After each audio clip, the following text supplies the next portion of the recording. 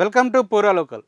ప్రభుత్వ ఆస్తులు, చెరువులు, కుంటలు, పార్కు స్థలాలు, బఫర్ జోన్ల పరిరక్షణ ధ్యేయంగా నెలకొల్పిన హైడ్రా అక్రమార్కులు, కబ్జాకోర్ల గుండెల్లో రైలు పరిగెత్తిస్తుంది.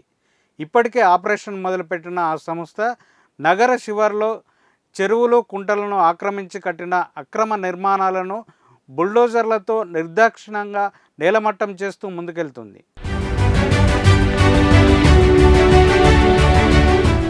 ఈ క్రమంలోనే తాజాగా జన్వాడలో కట్టడాలను కూల్చొద్దంటూ హైకోర్టులో ఓ పిటిషన్ దాఖలైంది. ప్రదీప్ రెడ్డి కూల్చివేతలపై వెంటనే స్టే ఇవ్వాలంటూ హైకోర్టును ఆశ్రయించారు. ఉస్మాన్ సాగర్ ఎఫ్టీఎల్ పరిధిలో తన ఫామ్ హౌస్ లేదని ఆయన తన పిటిషన్లో తెలిపారు.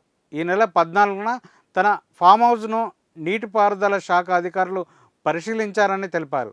రాజకీయ కారణాలతోనే తన ఆస్తికి నష్టం చేకూర్చాలని చూస్తున్నారని ప్రదీప్ రెడ్డి ఆరోపించారు. ఈ క్రమంలోనే ఆయన వేసిన పిటిషన్ను కోర్టు ఏ విధంగా స్పందిస్తుందోనని సర్వత్రా ఆసక్తి నెలకొంది. అయితే కేసులో ప్రతివాదులుగా రాష్ట్ర ప్రభుత్వం, హైడ్రా కమిషనర్ రంగారెడ్డి జిల్లా కలెక్టర్, లేక్ ప్రొటెక్షన్ కమిటీ సభ్యులు, శంకర్పల్లి రెవెన్యూ అధికారి, చీఫ్ ఇంజనీర్లను పిటిషనర్ చేర్చారు. హైడ్రా విధి విధానాలు ఏంటి అని హైకోర్టు హైడ్రాను ప్రశ్నించింది.